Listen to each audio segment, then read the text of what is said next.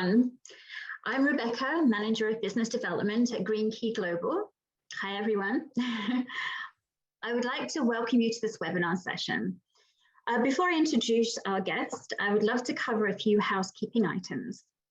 Your participation is encouraged throughout the session and at any time during today's webinar. Please use the Q&A feature to ask your questions. Please use the thumbs up icon to upvote questions in the queue, which will help us get to your question more quickly. Finally, we'll be recording today's session and it'll be available on demand at the Green Key Global website. So today's session, simple tips to address food waste. We'll cover why food waste is a climate issue, the extent of food waste in Canada, and the main sources and the easiest ways to address food waste at your property. Now it's my absolute pleasure to introduce our guest speaker and my friend Natalie Lowe. Natalie is a hospitality industry veteran and started her event company in Niagara 17 years ago. An alumni of the University of Alberta and Ryerson University, Natalie started her career in hotels, both at the property and corporate office level, before moving into events. She's a certified meeting manager through Meeting Professionals International and a climate reality leader through the Climate Reality Project. Natalie founded the Sustainable Events Forum in 2018 and hosts Earth Day for Event People every April and has been recognized by industry associations and publications in both Canada and the US as an expert on sustainable events. And she is the most delightful person. So without further ado, Natalie, please take it away. I'll have to pay you for saying all of those nice things about me. So thank you. Hello, welcome everyone. Happy International Women's Day to all of you who are joining us, both men and women. Today we're going to celebrate something that is sort of dear to a lot of us, and that is food. I'm going to start sharing my screen just so that we have something to follow along with here as I go through it and cover off some of our items. Rebecca, let me know if I'm sharing the right screen, because I go a little blind once I start sharing. No worries. Is that the right screen? Do you have? There you go. Okay, excellent. So welcome everyone. And I just want to introduce my partner in climate, Candace Telserum. She's in the chat, and Candace will be dropping some links in there, some resources that we have found to be helpful to us and which we hope are helpful to you. And you know, we don't portray ourselves as being the be all and the end of climate action. We're sort of a gateway drug, is that we try to encourage people to go forth and really dig into areas of climate action that are important to them. I want to talk just a second about the Sustainable Events Forum and what we are and sort of what we do. Candace and I are both event planners. We both own our own businesses, and we felt that there was a need for planners, which are buyers in your industry, to really understand the ramifications of our events and how we could affect the carbon footprint of our events, firstly, but also, and perhaps even more importantly, how we could utilize our events as a way to educate people. Many of you already have that opportunity. Every guest arriving at your property has an opportunity to learn from the initiatives that you're doing. So I hope that today is helpful to you. Candace is going to drop some ways that you can stay in touch with us, and we're always happy to, make introductions, pass on resources, help support what you're already doing at the property level. So at the Sustainable Events Forum, we started to get a little bit overwhelmed as we got into climate action, and we felt the need to have some pillars to follow, some values, if you will.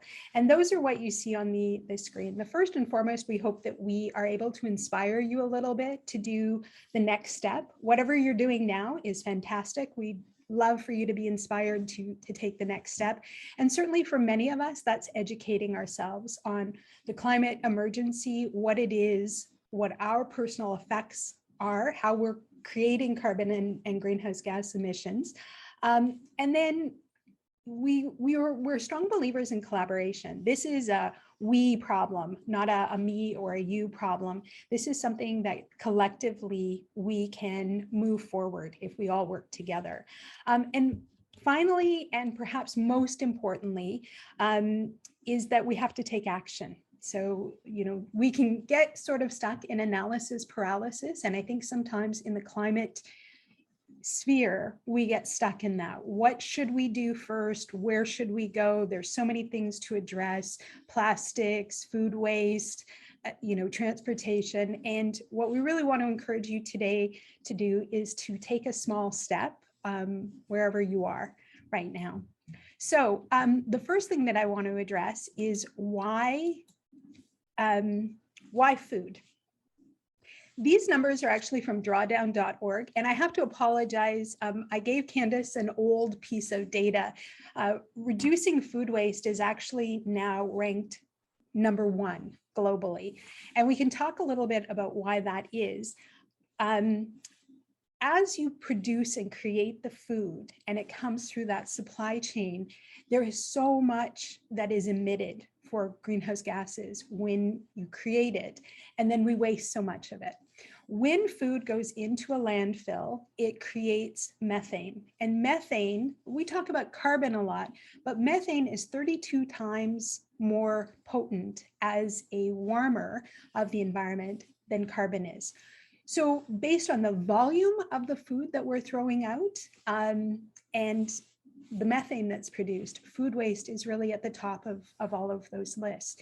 It's also something that we identified early on as being very important to planners because we often have food. Although there are sometimes events and meetings without food, it's certainly a form of hospitality to offer food to people. And so you often see it as really a linchpin for a lot of events. It's also something that event planners can address relatively easily. It's low-hanging fruit for us. And we can talk a little bit about why that is. If you're not familiar with drawdown.org, they have some fantastic resources on their website, and I believe Candace is going to link to those. One of the things that I want you to feel comfortable with is we're pretty informal at TSEF because we know that what we know is from our perspective. We don't always understand your perspective. So I'm going to encourage you, although they've told you to put your questions and thoughts into the Q&A, please, you're not going to throw me off my stride. I promise you that. You can ask me questions or throw things into the chat. And really what I need to do is make this information that I impart to you today usable for you. So don't be shy about asking me for what you need. So we've got a taste for what sorry, I'm just trying to find my cursor here so I can move on to the next one. So we're going to throw some facts and figures at you. Yes, food waste is #1.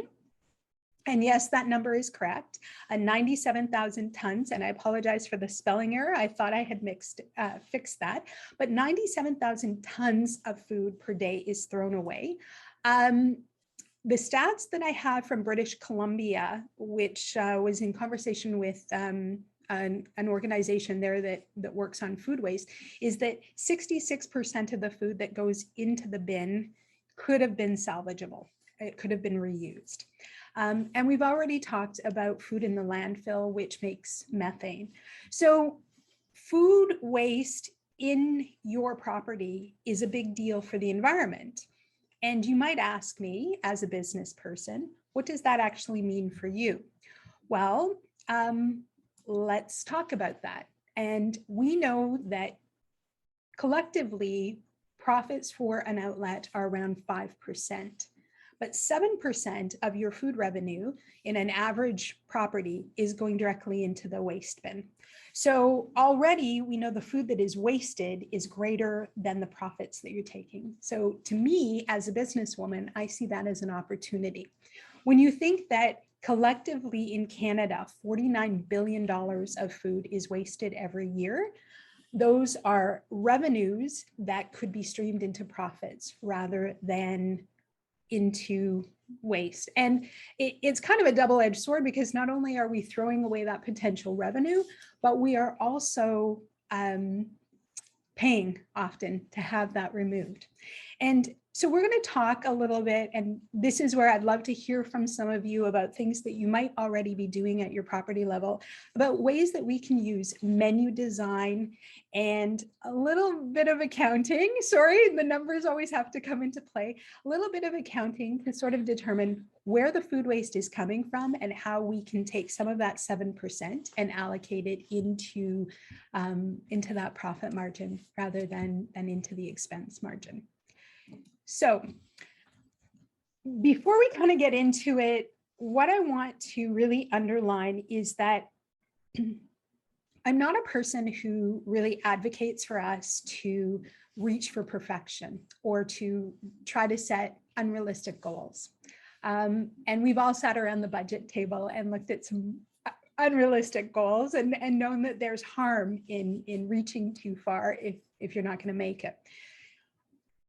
Really, in order to address the climate emergency, we need everybody in the game, which is really everyone on the planet, taking some small steps towards improving where they're at right now.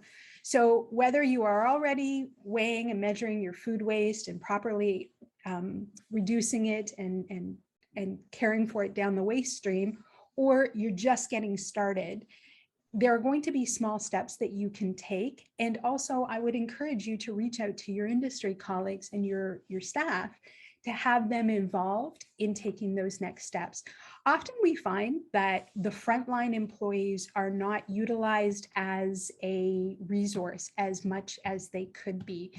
And that's really a shame, because sometimes they are the best source. They understand and they're seeing exactly what's going on in the kitchen or in the dining room, and they've got some great ideas on ways that we can sort of start to reduce. Some of those are certainly tiered portion sizes. That's something that we've started to see a lot lately. I heard recently that one of the hotel companies is looking at doing composting on the roof. I mean, it's not going to be at the volume that will make a difference, but it starts to set an example and opens people up to the idea of how you can take the next step on reducing food waste and not having it go into a landfill. So let's talk about starting with a little bit less and using it more efficiently and handling the waste responsibly. Starting with less, I want to get into that a little bit later when we talk about the difference between kitchen waste and plate waste. So that we're really clear and everyone knows where we're coming from. The kitchen waste are really those scraps within the kitchen. And I know a lot of chefs are very good about efficiently using their waste in order to remake things. But I think we can almost take it a step further and start to look at how we can use things that previously were considered unusable and start to incorporate them into. And Candace has some of the links. I'm not sure how many of you are familiar with, well, everyone's familiar with IKEA. I'm not sure how familiar you are with something that they put out, I believe it was last year, called the Scraps Book. And it was basically a cookbook created by chefs from across Canada. And Candace has the link so that you can download that and take a look at it. And I thought I knew a lot about reducing food waste in the kitchen, but there were certainly some great ideas on how to utilize ingredients I'd never thought of. Banana peels are certainly one that come to mind, and I was a little surprised. I will confess I have tried the banana peel bacon, and it wasn't as awful as I thought it was going to be in my head. It's not quite real bacon, but it was an interesting experiment. So you can see where these actual chefs are getting highly creative and starting to utilize things that we normally would have thrown out. I would have never thought to reuse banana peels. The second thing is obviously using your products more efficiently, which speaks to that whole, broccoli stalks, banana peels, and handling the waste responsibly. One of the things that we have found as planners, as we go across the country, is that when we ask about food donations, we're told that they can't donate food.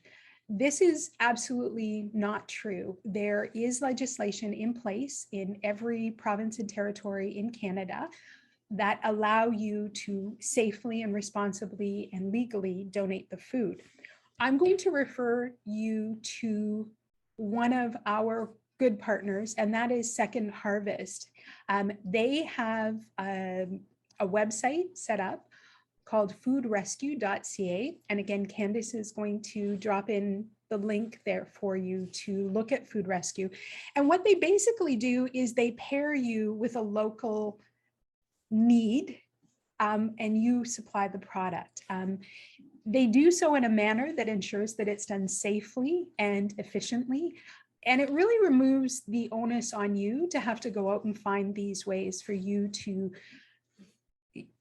give your food away. As planners, one of the trends that we've seen in the last couple of years is it used to be that if we had 100 attendees and we had 10% vegetarian that we kept in reserve, and then we would order or guarantee for 105 or 110 just in case extras showed up.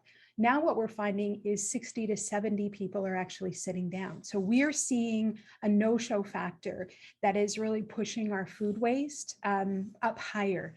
And that trend has only grown over time.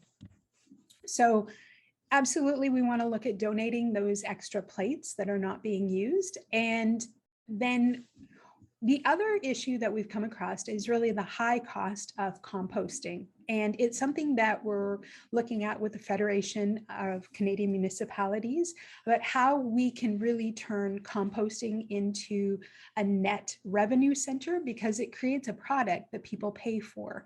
So I think we need to have some further dialogue on how we make composting a complete norm in the hospitality and events industry. So let's talk about how you determine what your food waste is. And really, your KPI is your food waste per cover.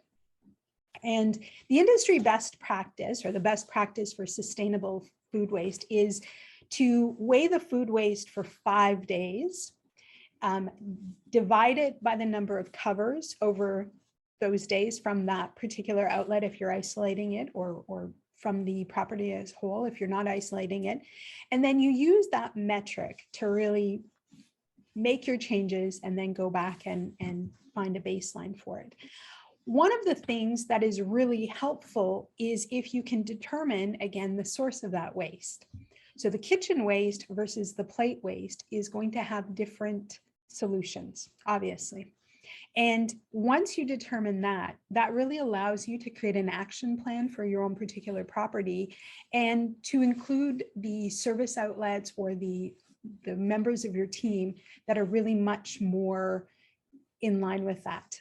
It could be that your service staff has some great ideas on how you can reduce plate waste, whereas your prep and kitchen staff will probably be more tuned into kitchen waste.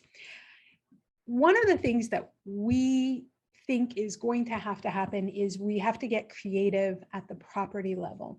There are broad concepts that we can pass on, like menu designing, so that you're utilizing all of the items that are coming into the kitchen, utilizing more of those items.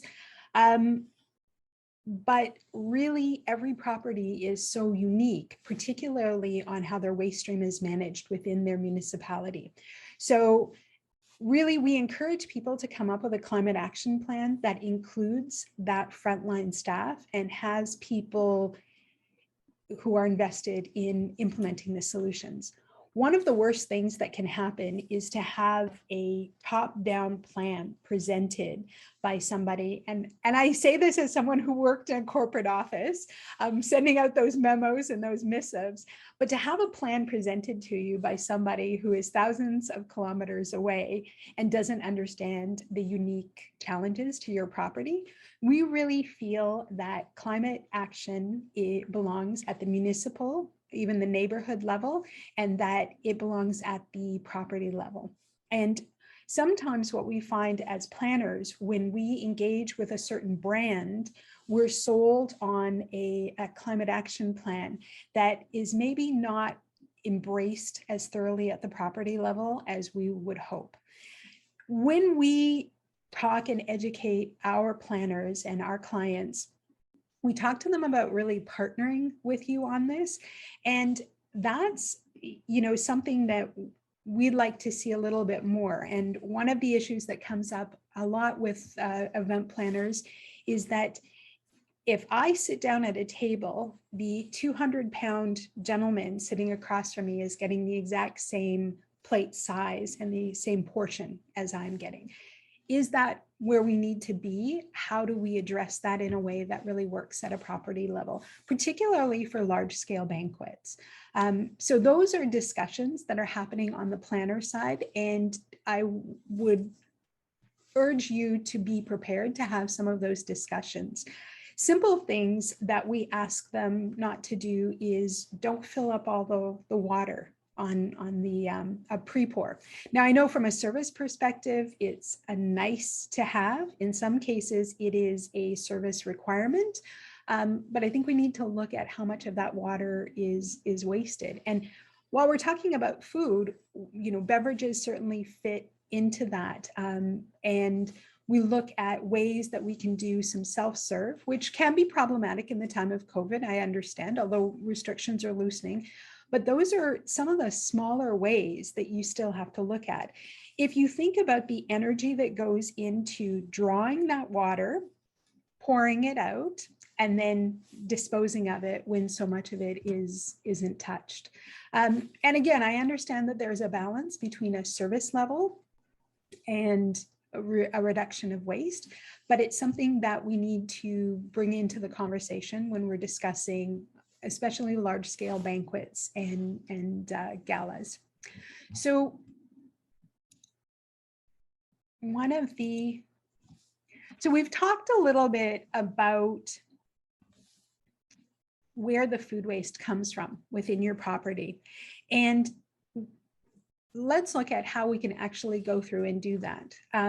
If you want to really dig into where your waste is coming from and how you can reduce it. Certainly buffets, this is a prime example. And I know that we've been trying for years to make smaller portions out on the buffet table, to replace them more quickly, and to have them not wasted. Certainly there's an opportunity there for food donations, provided that's handled properly as it's passed along. And then certainly the plate waste is another option. You can see here that we're still throwing so much into the garbage. And I think one of the first things that we need to address is separating food from other organic waste, and ensuring that the items that we are putting into a separate area are compostable.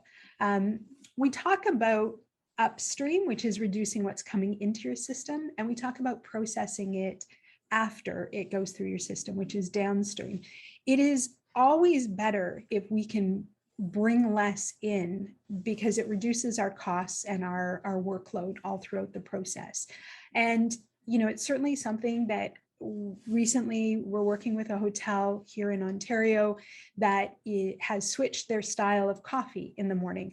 So for example, instead of having coffee in each and every room, they've now set up coffee on each floor. And so it's actually now serviced by room service rather than through the housekeeping department.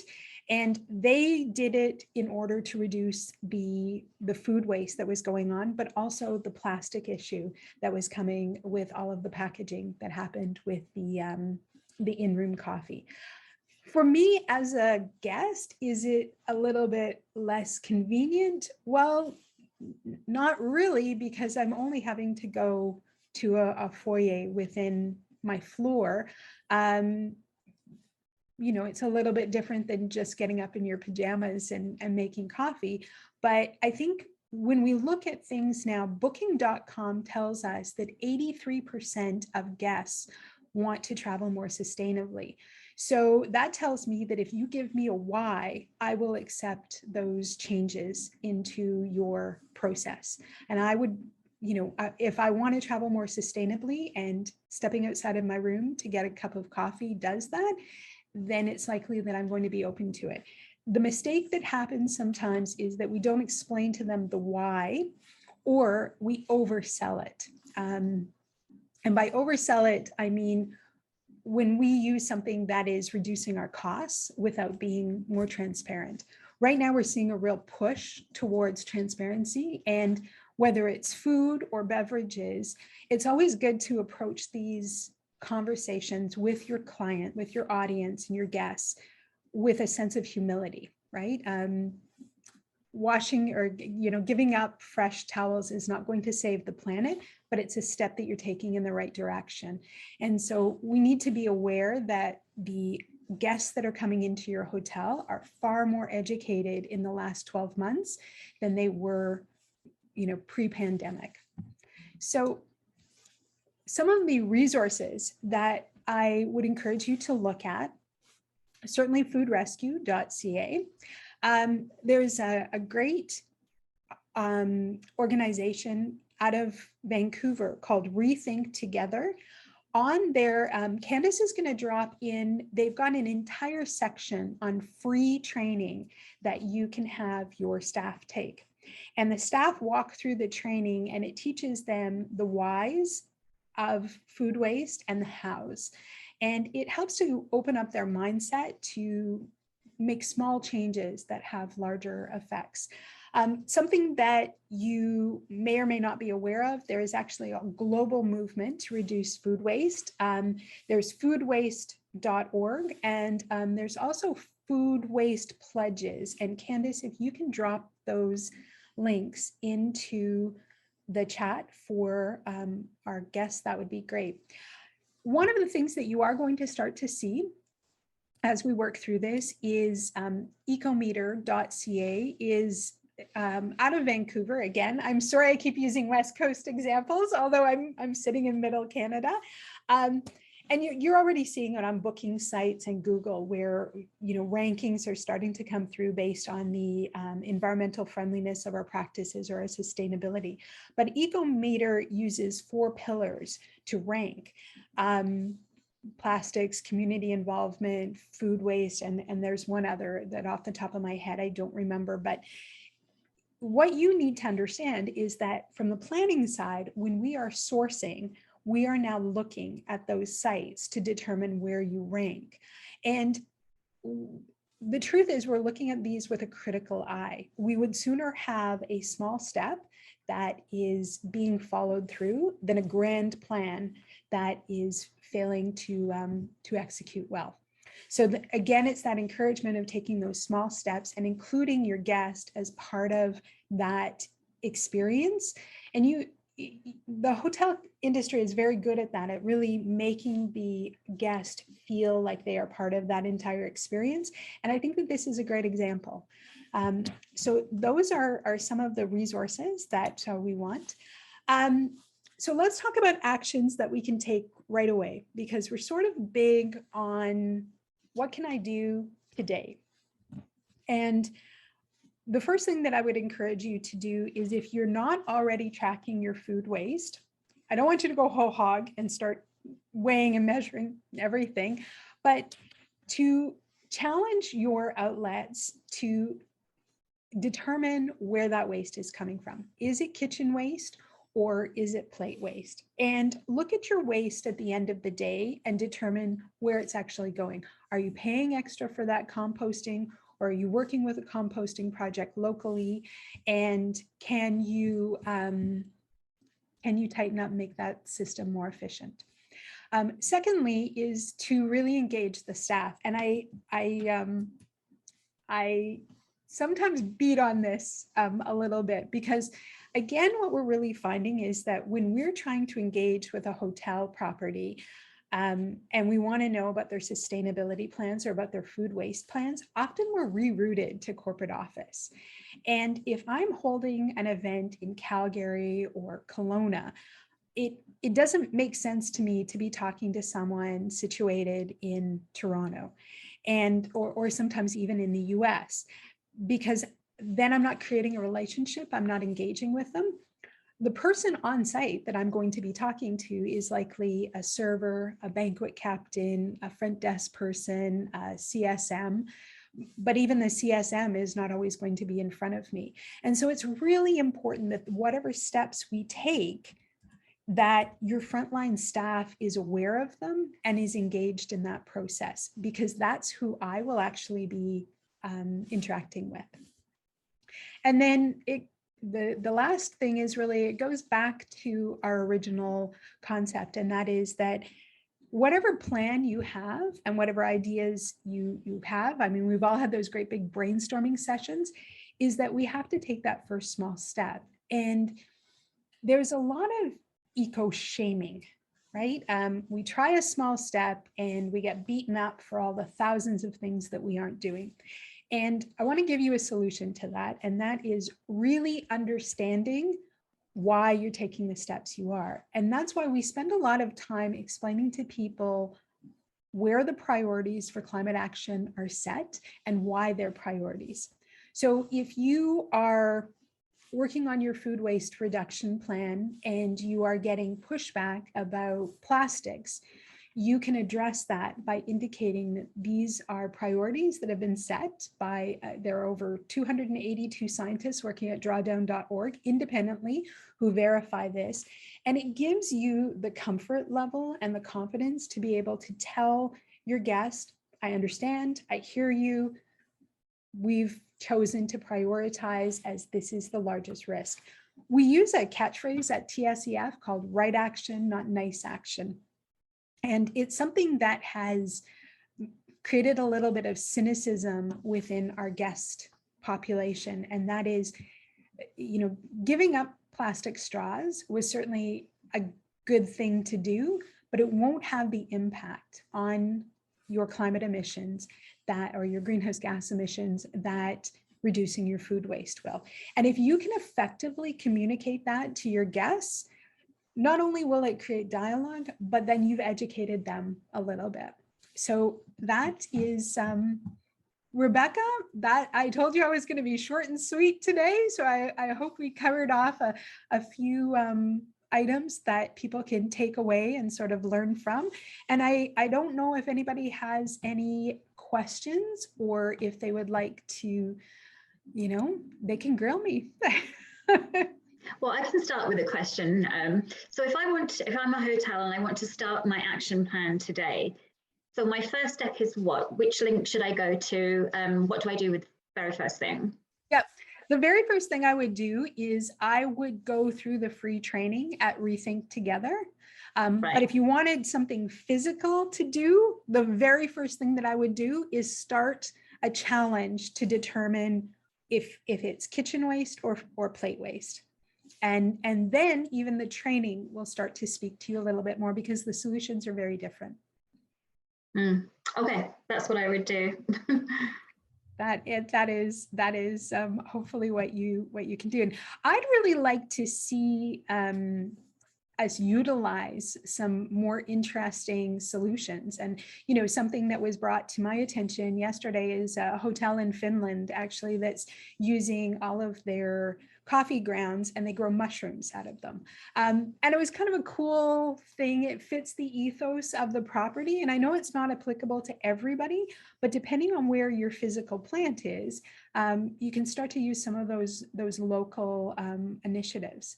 And you know, we're addressing food waste, but menu choices are certainly something. And I foresee a time when our menus will not only have those calories on it, but they will have a carbon emissions or a greenhouse gas emissions estimate as well.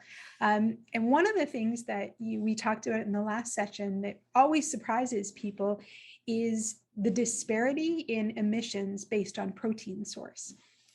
And I know vegetarian and vegan menus are certainly, I'm an Alberta girl. I have relatives who raise cattle, you know, and a great steak is always a great steak. But when you look at the difference, you don't have to go from steak to tofu. right? There are a lot of other options sort of along the way. And, that's something that after we address food waste, we can start to address some of those. But we really believe that we have to hit the reduction in food waste. I was given a stat a couple of weeks ago, and it's called the 50-50-50. And we have to reduce our carbon emissions by 50% by 2030 to have a 50% chance of surviving the climate emergency. We then need to reduce it a further 50% by 2050. So if food waste is our most effective action, then us concentrating on that will really help us get there a lot faster. And I think we have. Can you see the question? Yeah, Andrew. So I'll just read out the question in case everybody's on the same page here. What can you tell us about menu engineering to support protein alternatives, as in designing a menu to be vegetarian first with protein optional? I've heard these can have a positive impact on total emissions as well.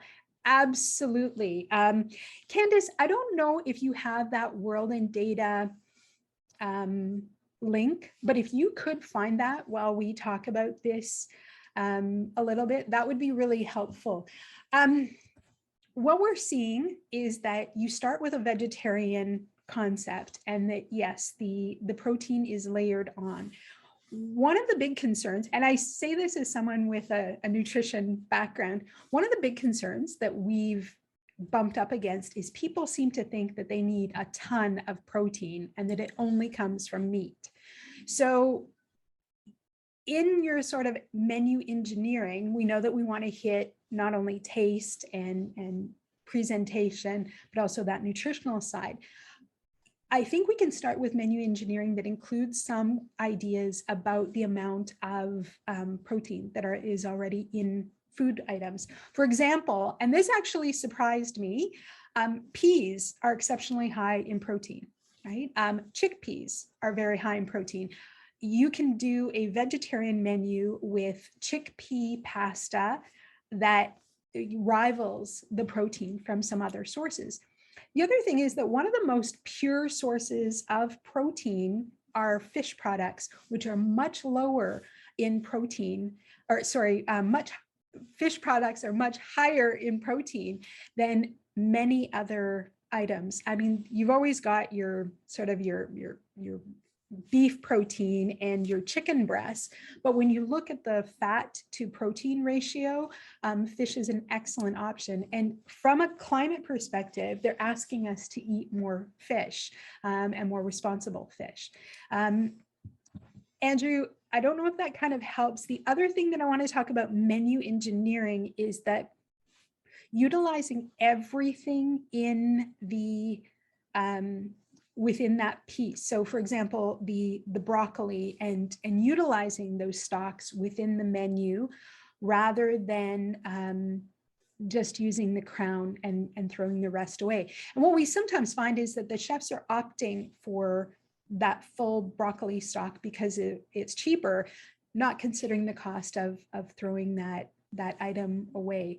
I would encourage you to look at some of the menu engineering options that they have on Rethink or Reimagine Together, because I was impressed with how thorough they got into it.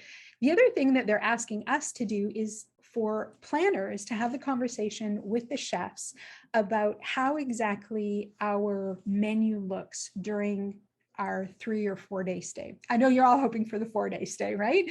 Sometimes gets reduced to 2, but we like to stay with you longer as well. And instead of us just blindly picking things that sound good, can we sit down with your chef and actually plan out a menu that reuses food products?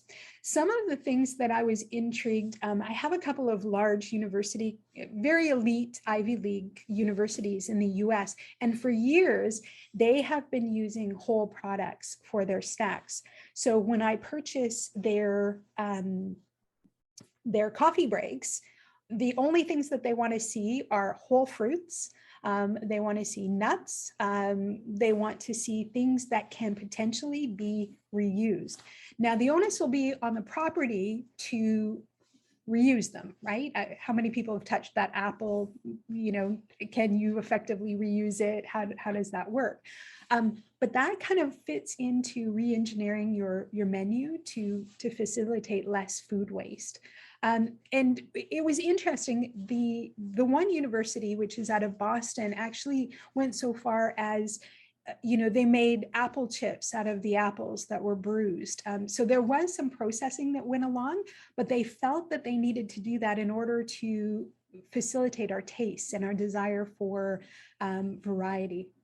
So Andrew, I hope that helps to answer your question.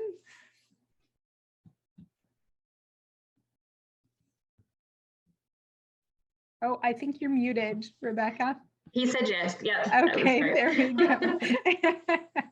I'm sort of stuck on the banana peel bacon. I just can't imagine how that tastes. Well, it used liquid smoke and some spices. And it was actually, I believe that particular chef was out of Winnipeg. But please download it. It's available on iBooks as well as you can download it right from IKEA. And Candace, I think she dropped the link in there. And it was interesting. I didn't use all of the recipes, but it started to open up my, the concept of what we were doing, you know, and thinking of different ways. Yeah, the banana peel bread, everybody likes the banana bread. So, and you know, chefs have traditionally been really good about doing this because of course often their bonuses, their compensation is based on food cost, and so they want to watch this. I think what we're almost missing is the opportunity to turn this into a value add for our clients, right?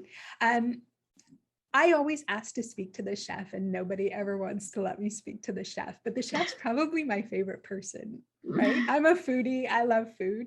And so, you know, it might not be the chef, it might be a sous chef or, you know, someone working in the food and beverage department that is intrigued and excited about this. But we really need to start having those conversations. Are there any technologies to help operators monitor food waste or track improvement in food waste? Yes. Are they cheap and easy to implement from a capital improvement perspective? Really, I think Green Key Global's got some resources for you on that side. Given what we've gone through right now, I'm encouraging people to use the simplest method that is the cheapest. And maybe that's me speaking as a business owner. I always want, so even if you just start with a simple spreadsheet, and let's say that in I guess January's long gone. Let's say that in mid-March, you do a sample of a day and you look at your food waste. And then you find a day with similar occupancy 3 months down the road and you apply your same food waste. And again, use that food waste per cover.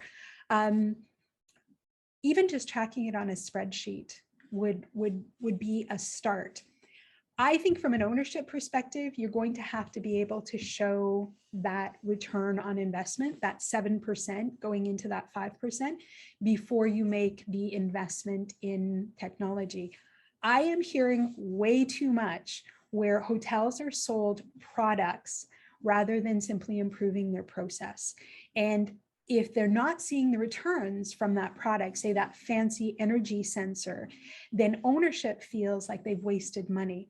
And that might be the wrong way to look at it. Maybe you should be selling it based on the carbon. But if you're an investor in a hotel property, that's not the performance indicator that you're looking for. So my suggestion, as someone who's worked with owners and sort of looks at things from an ownership perspective, is to start with a lower tech perspective, make some improvements, and then make the business case for actually taking it up. We recently did something with Globe Series, and we put out a proposal. We were looking for technology that would allow us to more effectively reduce the carbon emissions from events. And there was an Italian company that came to us with a food waste processor. But I'm going to be honest with you, I didn't see the business case for it for a mid-sized property. You would have to be at a convention center, a very large property or convention center size in order for it to make fiscal sense to me. Was that too negative? Should I be like hard selling technology here? No, the simple steps are the best, I think. The simple measures that you can implement without spending a lot of money is what most hotels are looking for, initially anyway. Yeah, you know, and the great thing would be is that if you can spread those costs amongst more than one property, that's, you know, and so that might be something that a corporate office or, you know, a brand would look at implementing. I've heard really good things about Marriott's food waste initiatives, but I haven't yet looked into the technology that they're using. So that's something certainly to. I have read all of the action plans, the climate action plans for the various properties. And if you are part of a brand portfolio, I would encourage you to read it. There's not a lot about food waste in any of them, which surprised me. And it's good to compare them to each of them. So I think we answered all of those questions, but it's still telling me that there's two. And they were the two from Andrew. I think you've answered those. Yeah. Okay. Yeah. Good. Good. Well, if there are no more questions, then Natalie, I'd just love to thank you for leading us through this really thought-provoking presentation and discussion. It's been really wonderful. I'm so happy that we have all the links available as well. As mentioned today, the session's been recorded. It's going to be available on demand at the Green Key Global website with all of the links, like I said, you shared with us today. And thank you to our guests for taking the time to join us here today. I'd like to invite you actually to our next session. Natalie's next session is how hotels can contribute in the local community on Earth Day, which is obviously very important in the community. Yes, and actually I'm going to be in, sorry, I'm getting some feedback here, I apologize. I'm going to be inviting you. So April 22nd is Earth Day. If it's not in your calendar yet, please mark it. And Earth Day is kind of a big deal. Right? It's really one of the big days in the year where we take a step back and we look at our progress. And our progress isn't great. We're not doing really well. We have to move our butts. So every year, Candace and I host something called Earth Day for event people. Last year, we did a cross-country challenge to destinations. The town of Niagara-on-the-Lake actually won that, but Vancouver, Banff, Edmonton, I think Niagara was nearly Halifax, they did really well. And so one of the things to look at is how you can piggyback on what your local municipality is doing and utilize it to really help market to your guests. And also, you know, let's not forget about the team members, because they're a really big part of this. We know that the job market is tight, and if we can be a place where those millennials and those what are they calling them now? Gen Zs? Are they Gen Zs? Yeah, yeah. I have a couple of those, so there you go. And they're concerned about the environment, and so that becomes a great way for us to engage them as an employment opportunity. So I'm excited about that. Yeah, well, this actual session with us is taking place on April 6th. At 2 o'clock, which is Natalie's slot there at 2 o'clock, and we will send out some reminders about it. But again, thank you very much, Natalie, Candace, and to all of our guests. Thank you for giving us your time. Have a great day. Thank you.